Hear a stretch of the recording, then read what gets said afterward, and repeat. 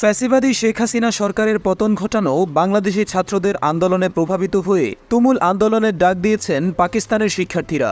তাদের লক্ষ্য সংবিধান পুনরুদ্ধার এবং ছাত্র সংঘগুলোকে উজ্জীবিত করা।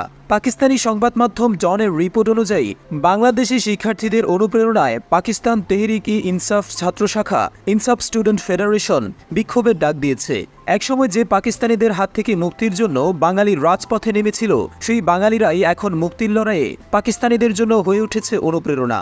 শেখ হাসিনা সরকারের পতনের ৩ দিন পর ৮ই আগস্ট রাজধানীর ইসলামাবাদে ন্যাশনাল প্রেস ক্লাবে এক সংবাদ সম্মেলন করেন ইনসাফ স্টুডেন্ট ফেডারেশনের নেতারা। সংবাদ সম্মেলন থেকে তারা সংবিধান পুনরুদ্ধার এবং ছাত্র সংঘগুলোকে উজ্জীবিত করার লক্ষ্যে আন্দোলনে যাওয়ার ঘোষণা দেন। আইএসএফ এর প্রেসিডেন্ট আর্সেনাল হাফিজ, ভাইস প্রেসিডেন্ট আমজাদ আলী এবং অন্য ছাত্র নেতাদের স্পষ্ট অভিযোগ, পাকিস্তানে এখন